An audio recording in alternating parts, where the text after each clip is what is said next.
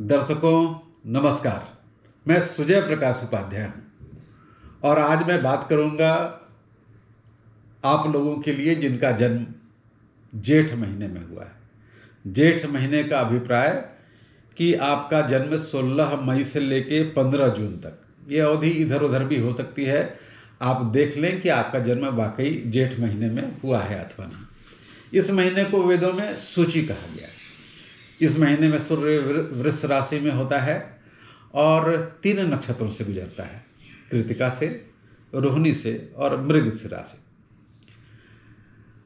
मेष राशि में सूर्य बहुत तापित होता था, अब वह ताप कम हो गया है, लेकिन आदमी साहसी होता है, निडर होता है, उत्साही होता है और उसको गुस्सा भी आता है, लेकिन यह अब बहुत व्यवहारिक हो जाता है। थोड़ा व्यवहारिक है, थोड़ा धरातलीय है, थोड़ी सोच उसकी डिफरेंट है, अपने गुस्सा को नियंत्रण कर पाता है, स्व नियंत्रण उसमें आ जाता है। तो इस महीने में जन्म लेने वाले लोग साहसी और निडर तो होते ही हैं, लेकिन उनमें व्यवहारिक पहलू भी आ जाता है, वो प्रैग्मेटिक भी हो जाते हैं, वो थोड़े प्रैक्टिकल भी हो जाते हैं।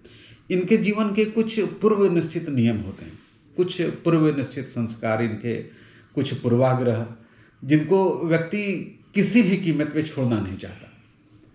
आपने एक बार मन में जो ठान लिया, जो विचार, आपके नियम आपने सोच लिए, वो लाख कहने के बाद आप नहीं बदलते। ये आपके जीवन के कुछ वैसे संस्कार हैं जिसको आप कभी बदलना नहीं चाहते। आपकी मेमोरी फोटोग्राफिक होती है, आपकी स्मरण शक्ति अद्भुत होती है।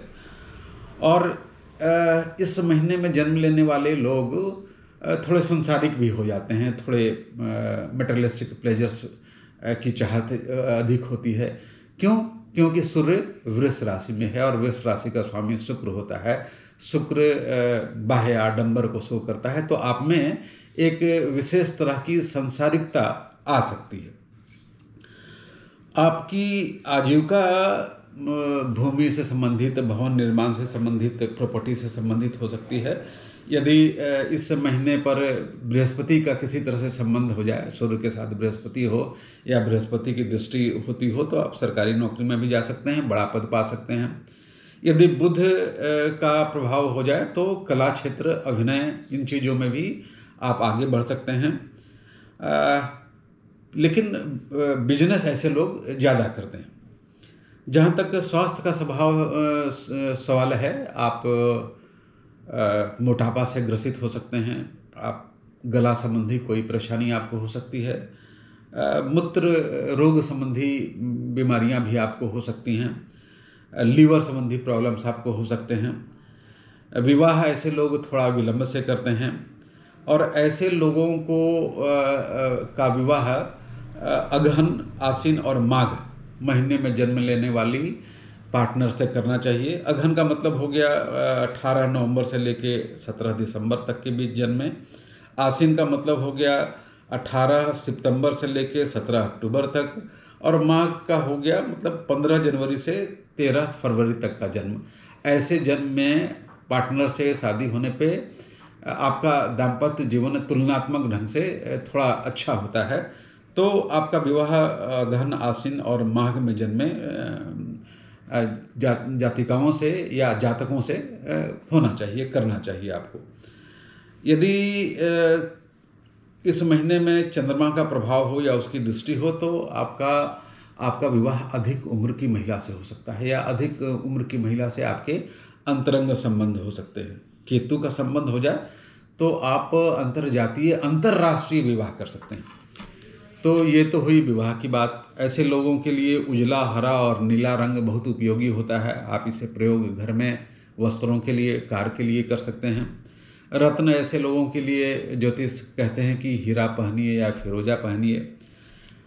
सूर्य यदि कृतिका नक्षत्र में है, मतलब पहले के 2-4 दिन में यदि आपका जन्म हुआ इस महीने के, तो वो जन्मजात संगठन कर्ता होते हैं, लीडर होते हैं, शासक होते हैं, स्वभाव से थोड़े कड़े होते हैं, क्योंकि कृतिका नक्षत्र का स्वामी सूर्य होता है। सूर्य सौरमंडल का राजा है। और ऐसे लोग माथत काम करने वाले नहीं होते, किसी के अंडर काम करना नहीं चाहते। इनके अंडर काम करने वाले लोग डरे डरे रहते हैं। रोहिणी में नक्षत्र में जब सूर्य हो, मतलब 1 वीक के बाद का जन्म हो इस महीने में, तो आप कालांतर में आध्यात्मिक हो जाते हैं, आप बहुत भाविक किस्म के आदमी होते हैं, क्योंकि रोहिणी का स्वामी चंद्रमा होता है और चंद्रमा भावनाओं और संवेदनाओं का प्रतीक है। यदि मृगशिरा नक्षत्र में जन्म हो तो आप मृगशिरा नक्षत्र का स्वामी मंगल होता है। मंगल गुस्सैल होता है, झगड़ालू होता है, एक विशेष तरह की उष्मा और ताप होती है उसमें। तो ऐसे लोग बहुत साहसी और निडर हो सकते हैं। ऐसे लोग में गुस्सा अधिक हो सकता है मंगल के कारण। तो आज मैंने बात की जेठ महीने में जन्म लेने वाले लोगों के बारे में। यदि आपका जन्म जेठ महीने में है तो आप में मोटा मोटी इन चीज़ों का समावेश होना चाहिए। मेरी कुंडली विश्लेषण तो नहीं है ये आपका महीने के जन्म का विश्लेषण है।